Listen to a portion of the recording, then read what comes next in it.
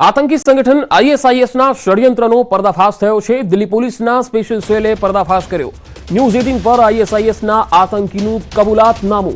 પકડાયેલા આતંકી શહનવાઝ આલમનું કબૂલાતનામું હતું। આતંકીઓના નિશાને હતા ગાંધીનગર, અમદાવાદ, વડોદરા, સુરત। ગોધરાનો બદલો લેવા આતંકી ષડયંત્ર રચ્યું હતું। ગુજરાતમાં બોમ્બ વિસ્ફોટ કરવાનું ષડયંત્ર હતું।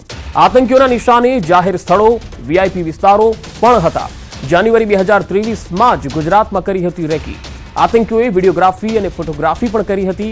રેલવે સ્ટેશન, સિનેમાઘરો અને વિશ્વવિદ્યાલય, વીવીઆઈપી માર્ગો, નેતાઓના ઘરની આતંકીઓએ રેકી કરી હતી।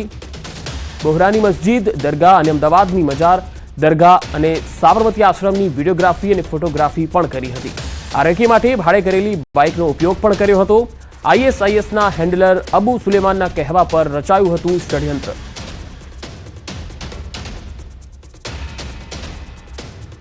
दिल्ली पुलिस की स्पेशल सेल के द्वारा पिछले साल अक्टूबर महीने में आतंकी संगठन आईएसआई से जुड़े हुए एक आतंकी शहनवाज आलम को गिरफ्तार किया गया था और उसकी गिरफ्तारी के बाद जिस तरह से उससे विस्तार से पूछताछ की गई, उसी के बाद उसका आईआर जो है अब वो सामने आया है। और उसका आईआर यानी कि जिसे आम बोलचाल की भाषा में इंट्रोगेशन रिपोर्ट कहते हैं, तो उस इंट्रोगेशन रिपोर्ट की एक कॉपी जो है केंद्रीय जांच एजेंसी एनआईए और केंद्रीय खुफिया एजेंसी आईबी के साथ साझा किया गया। और उसी रिपोर्ट के अगर तमाम तथ्यों को अगर ध्यान में दें तो उसके रडार पर गुजरात के कई शहर थे। इसके साथ ही राजस्थान और उत्तर प्रदेश और इसके साथ साथ झारखंड के कई ऐसे इलाके हैं जो जहां पर वो विशेष तौर पर रेकी कर चुका है।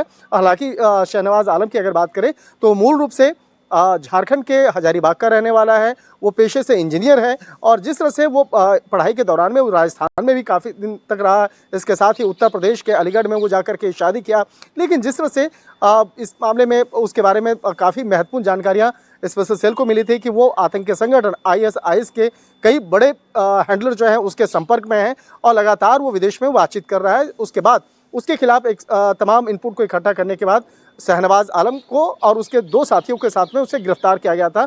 और गिरफ्तारी के बाद जब उससे विस्तार से पूछताछ की गई तो उसके बाद जांच एजेंसी के हाथ में कई महत्वपूर्ण जानकारी निकल के आई। हालांकि शहनवाज आलम को केंद्रीय जांच एजेंसी एनआईए भी तलाश रही थी, लेकिन स्पेशल सेल के द्वारा उसे गिरफ्तार किया गया था।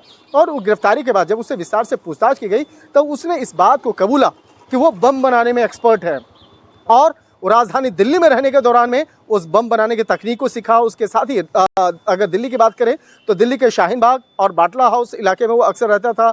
और जिस तरह से बम बनाने की जो तमाम तकनीक है उसका जो परीक्षण है वो राजस्थान में जाके किया। और इस मामले में कई लोग उसके साथ में जुड़े हुए थे। तो उन तमाम मामलों की गंभीरता को देखते हुए जिस तरह से आप तमाम जो इनपुट्स हैं वो केंद्रीय जांच एजेंसी एनआईए और आईबी को साझा किया गया है। तो इस मामले में वो ये भी जानकारी निकल के सामने आई है कि गुजरात की अगर बात करें तो गुजरात का बड़ोदरा, सूरत और अहमदाबाद में जाकर के वहाँ पर कई नेताओं के बारे में भी रेकी किया था।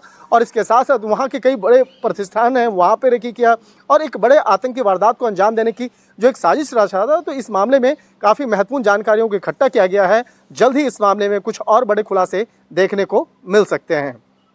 शंकर आनंद, न्यूज़ 18 स्पेशल सेल दफ्तर, दिल्ली।